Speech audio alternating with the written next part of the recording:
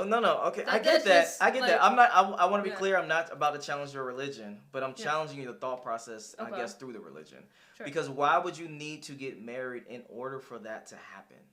Well, here's the thing. You don't need to get married for that to happen. You can have kids. There's baby daddies everywhere. Not even that aspect. Hold on, I want to be clear. Not even in that aspect. I'm talking about Okay. being in the same house, Uh-huh. living in the same, etc. It's literally everything It's not except for real. the piece of paper. It's So not. it's only real with the piece of paper? Yes, and here's where your argument goes wrong. I hate that argument. Let's Marriage talk about is a it. piece of paper. It is a piece Marriage, of paper, but go ahead. Okay, sure. Marriage, a component of marriage is a piece of paper, but marriage is a contract. Is a contract just a piece of paper? Yes. Or does it bind you to something? But it's still a piece of paper. But legally, Yeah. you're binded to your community. You're binded to the government. You're binded to your family, to God. Under covenant, you're binded. So this thing is hard to break apart. That's like signing a business contract. Somebody says, like a rapper signing a contract, I'll give you $10 million right now. Sign this. Right? Sign it. They sign. Boom, boom, boom. And they get that $10 million. Okay, you if can't they don't just read sign, the paper and if they don't sign a piece of paper and he said I'll give you $10 million and he didn't sign anything on paper, on a napkin, on whatever, can he still sue for the $10 million? No, he can't. Exactly. So marriage is Wait, no, you made my point. No, Hold you're on. making my point. Okay, you're making talk my to me. point. Then I'm listening. So Go ahead. you just made the point that they're not equal because one of them binds you, the other one doesn't bind you. So therefore, you get off scot-free. You might as well have a living girlfriend, right? Like a living girlfriend is saying, so, "I'm gonna listen. Hold on. A living girlfriend is I don't like like that wording. Okay, you said don't like you living girlfriend? No, you said you get off scot-free. We're gonna talk about that. I'm gonna let you okay, finish. okay. But I don't like that. I ain't like that Okay, wording. Go ahead. like you get with a girl, Yeah. and at any second, we're playing house. She lives here. We've got a dog. We've got a cat. I pay all the bill, whatever. But anytime if I just don't like her anymore, I can get up and go. And she'll just be left destitute with nothing, even though she maybe quit her job. She's relying on my finances. She's relying on all these things. That leaves her in a terrible position if she's not intelligent enough to do her own thing, right? Like, there's levels to it. Okay, pause. But, if they were married and alimony was took away in a prenup, the same thing could happen. No, well, it's less likely, and alimony doesn't really work the way people think it does. But if they were married, that woman, that's why they signed the paper, because that woman knows, if I'm giving up my career for this man so I can live under him and be under his finances and have his kids, I better walk away with something to my name and not be destitute on the damn street because he decides to get up and leave me tomorrow. I better not, right? Like it's just the real. Like if you it's not. Listen, if you were a woman, right, and you decide to marry a man, right, you're washing his dirty drawers, you're cooking for him, you're cleaning for him, like all these things, right? Right. Like let's say you're playing housewife, okay? If you guys get separated, you would know that at least I'm covered. Like, God forbid, it just doesn't work. You guys just aren't compatible anymore, whatever it is.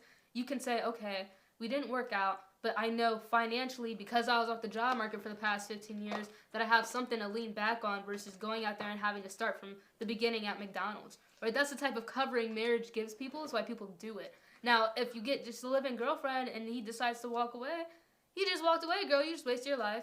You wasted your 15 years, you had his baby, and you have no covering, you have nothing to your name, and now you're going to be working at McDonald's, and you're destitute. Oh, well. Isn't that a defensive position? It's a realistic...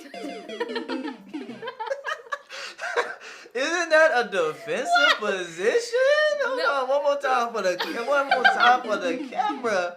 That's crazy. Because I thought you were about offense. It sounds like you're about defense too. I'm on both, right? I'm offensive in my belief. Yes. But I'm also I don't even think it's necessarily defensive what I believe. No, I think it's just intelligent. If I'm like to tell my little sisters, to tell my younger cousins, it's like you make sure that one, as a woman, that you have your own, because you never want to be out here without your own, period. Like, you shouldn't be completely relying on a man, have your whole livelihood depending on him, even if he is a provider and a protector, right? Because that should be his job.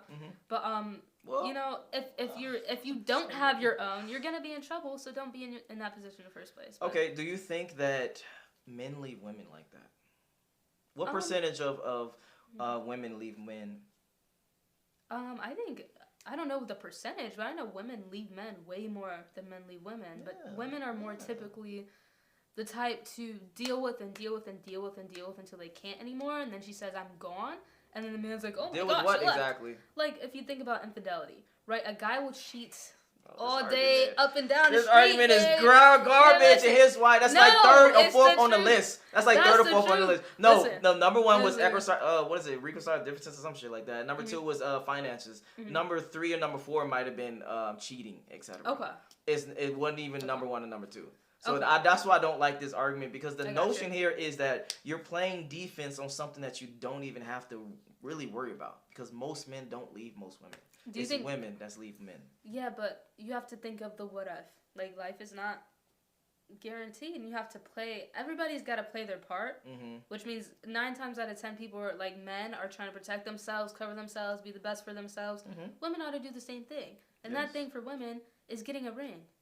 Girl, make him marry you. No, like, get a ring. No, here's what I will say. Even though this is what is this, like 93% men that watch the show and it's only 7% women.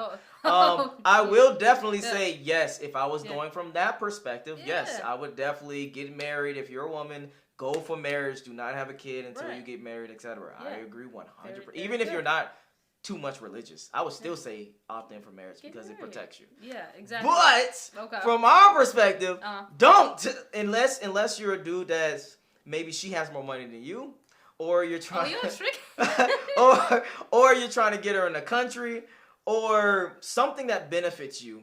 Trying to get her in the country. Yeah, you gotta. You trying to bring her on a green card. That's you gotta marry to get a green card. I'm saying that as a man. There's so many women in America.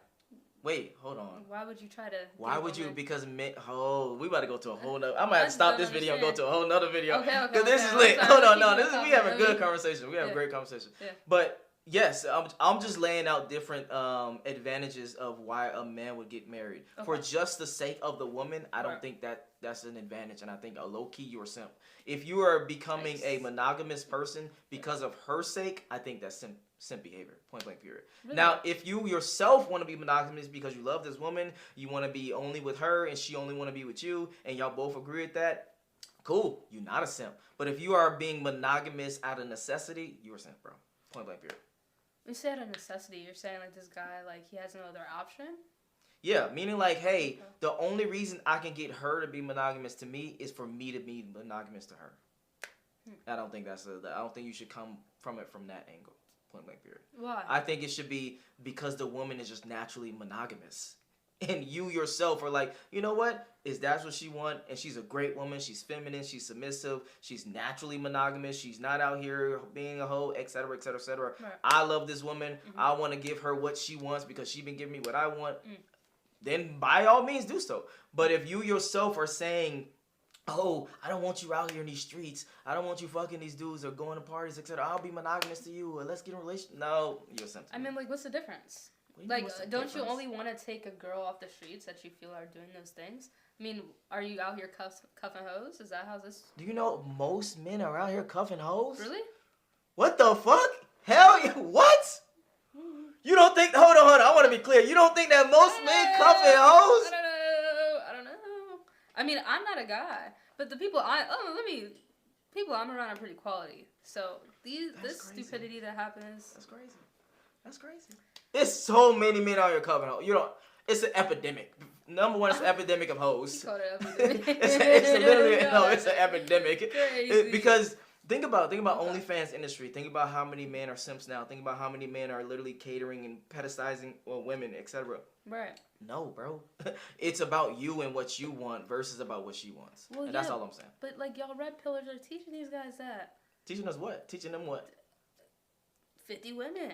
Well, how they gonna know before they touch the first one? Let me go watch OnlyFans.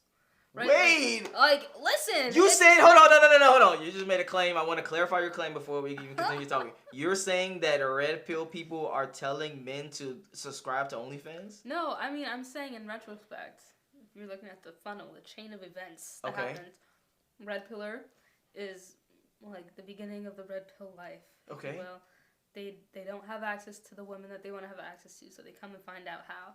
Right, but even before they can get the access of how, you're putting women on a pedestal. Yeah. Wrongdoing, right? Because of the red pill movement, it's a bad idea, but you're doing it anyway. And then when we put on a pedestal are these beautiful women who are these models and this, that, and the third that you want to knock down a peg, whatever. So. Oh, that knock down a peg again. I said we were gonna talk about that. I knew we were gonna get back there too. Scot-free, knock down a peg. But like you want to knock him down, right? Sure. But then it's like you haven't had a date with a girl, you haven't slept with a girl. So what's the first thing you're gonna do? Probably go watch some porn